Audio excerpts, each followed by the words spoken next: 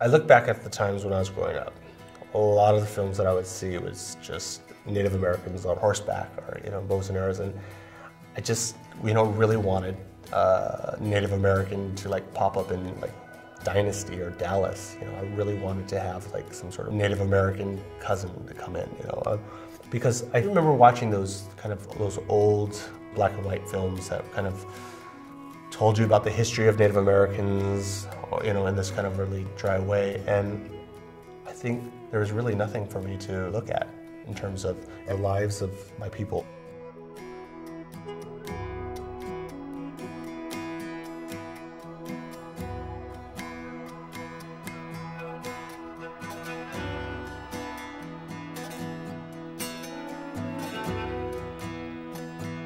And I just remember seeing this photo of Tammy Faye Baker, and she was somebody who I grew up with, living in a religious house. The Eyes of Tammy Faye. This is a film made by Randy Barbado, Fenton Bailey, whose work I was always a fan of. This film kind of like shifted, I think, my direction as a filmmaker, because it just shook me into kind of documentaries could be fun, and I really wanted to go into that world.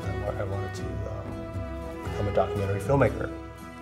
Came to this idea of a documentary, and it's a documentary about this 50-year-old beauty pageant on the Navajo reservation, where contestants are judged on sheep butchering rather than bathing suits. I wanted the audience, I think, when I was making Miss Navajo, to kind of have that same reaction to what I felt when I was watching Tammy Faye.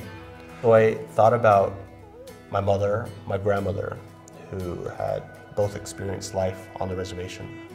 And so when I was making this film, this beauty pageant, I really wanted to honor the women in Navajo culture. My second feature, Grab, is about an event that happens every year annually, usually in the summer months, and it's to honor the Catholic saint. And you throw groceries off the rooftop, in order to give thanks to the community for that year and also the coming year.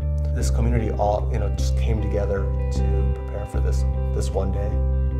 When I was making the film, it was a hard sell, because I don't think many people would watch, a piece of pottery being painted, or people going shopping at Costco. It was really unique having this scene of this Native American family in this Chinese restaurant, watching this breaking news on TV about the death of Michael Jackson. And I thought that spoke volumes in terms of Native America, because we don't just sit around and talk about Native American things. We're not just being Indian. With Grab, the tradition of throwing groceries off a rooftop, many people saw parallels in their culture. Not just Native audiences, but other audiences around the world identify with the modernization, I think, of one's tradition or culture. I think that, there's a similarity between contemporary Native American stories, which I felt were missing when I was growing up.